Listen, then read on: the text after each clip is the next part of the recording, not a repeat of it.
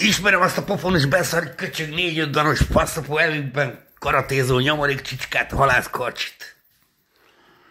A fiam volt, utána a lányom lett, megkurtam. Hülyéskedek. Lejártunk a Evikbe, a karcsihoz. De amúgy nagyon nagy edző, nagyon nagy sportoló. De a vére az a kurva anyjába sincs, bár egyszer megmentette az életem. De ez volt a kötelessége. Szóval, lejártam én is az Evikbe Misibához boxolni. Meg az osztálytársam is valamikor, valahol a múltban minden más volt még. Szóval, Pésményeztünk, vagy 80-10 csibészek. A halászkarcsi edzőtermébe. És akkor ültem utoljára háttal az ajtónak.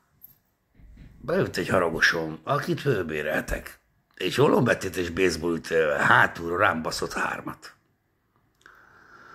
És csak azért éltem túl, mert azt mondta, most megdög lesz, és arra oldalt fordultam, és itt talált el darabot arcsontörés. A másik itt, álcsontörés, és a harmadik itt a bordáimat. Elvesztettem az eszméletem 5 másodpercre. Karcsi, ahogy elmondták, mert ugye akkor nem voltam magamnál. Elvette az embertől, a Gabitól a baseballütőt, és nem tudta 2 törni elsőre, csak harmadikra 2 törte. Én addigra magamhoz tértem, és ez a kutya kiszaladt, és a Gyömrői úton kitárasztam rá egy 9 mm-est, de nem találtam rá. Mert kocsival menekült. És utána kiment Münchenbe. Már visszajöttem, hogy jó srác, és volt is benne igazság, amiért kaptam ezt. Szóval ismerem a Karcsit, utána visszamentem, és szétfenyítettem a kutyát. Persze egy pofon is megölt volna, mert sportban nagyon kemény volt a Karcsi, és nagyon jó sportolókat edzett ki.